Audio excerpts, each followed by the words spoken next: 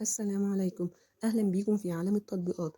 لو أنت مهتم بالجديد والمفيد في عالم التطبيقات تقدر دلوقتي تشترك في القناة وتفعل زر الجرس عشان يوصلك مننا كل جديد ومفيد في عالم التطبيقات، ونقدر نشرح لك كل التطبيقات اللي تهمك في حياتك، سواء كانت تطبيقات محلية أو تطبيقات عالمية، زي تطبيقات العقارات وتطبيقات السيارات والتطبيقات اللي بتسرق بياناتك وحساباتك، وكمان تطبيقات التعارف.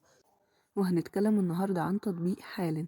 تطبيق حالا حجمه 71 ميجا بايت، وعمليات التنزيل اللي تمت للتطبيق أكتر من 10 مليون عملية تنزيل للتطبيق.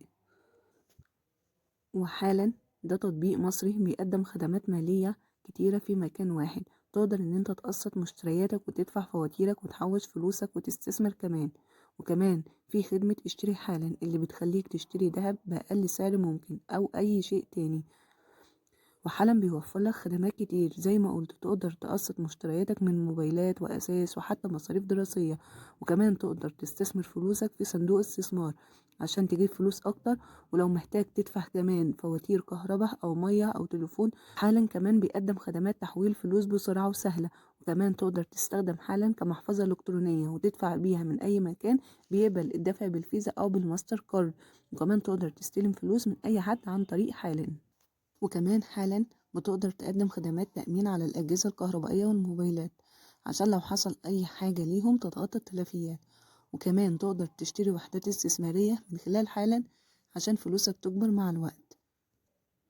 وكمان بتقدم خدمات كتير على التمويل، تقدر تاخد قروض شخصية وسريعة، وكمان تقدر تعمل بطاقة ائتمانية خاصة بيه. زي ما قلنا تقدر تشتري من على حالا موبايل جديد أو تجهز شقتك أو تسافر، ده من خلال القروض اللي بتوفرها حالا. وزي ما تطبيق حالا بيوفر للناس كتير ان هم يحصلوا على تمويل وتقسيط سريع وسهل، الا ان هو مش بيكون مناسب مع اغلب المستخدمين، وخاصة ان نسبة ارتفاع الفائدة اللي بتفرضها حالا بتكون مرتفعة. عشان كده لازم ننصح المستخدمين ان هم يقروا شروط الخدمة بعناية ويقارنوا الخيارات المتاحة قبل اتخاذ القرار. من العيوب المحتملة فيها ارتفاع نسبة الفائدة. بتكون نسبة الفائدة على التقسيط في حالا بتكون مرتفعة مقارنة ببعض البنوك والشركات الأخرى. وكمان الرسوم اللي بتفرضها حالا على بعض الخدمات زي رسوم السداد المبكر ورسوم التأخير بتكون مرتفعة.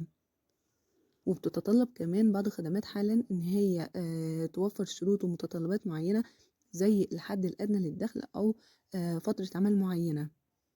مستخدمين حالا بيشتكوا من خدمة الرسوم زي ما قلنا اللي ممكن بتكون عالية شوية، وكمان في شكاوى على طول في خدمة العملاء إن بيأخروا في الرد عليهم.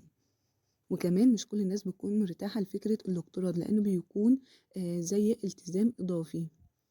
وكمان بعض الناس بيواجهوا إن التطبيق مش سهل الاستخدام وممكن يلخبط أي مستخدم جديد. وكمان في شكاوى على طول في فترة معالجة الطلبات وخصوصا طلبات القروض. وكمان في شكاوي من بعض العملاء عن عدم وضوح شروط التمويل والقروض، وبيكون في مصاريف خفية مش مذكورة كويسة في العقد. وكمان في بعض الحالات ممكن يتأخروا التطبيق في إرسال التنبيهات والإشعارات المهمة للعملاء، وده ممكن يوقعهم في مشكلة. أتمنى أكون وصلت التطبيق بشكل سهل وبسيط، وياريت بعد تحميل التطبيق كل واحد يقول رأيه في التعليقات، سواء كانت تعليقات إيجابية أو تعليقات سلبية، عشان كلنا نستفيد.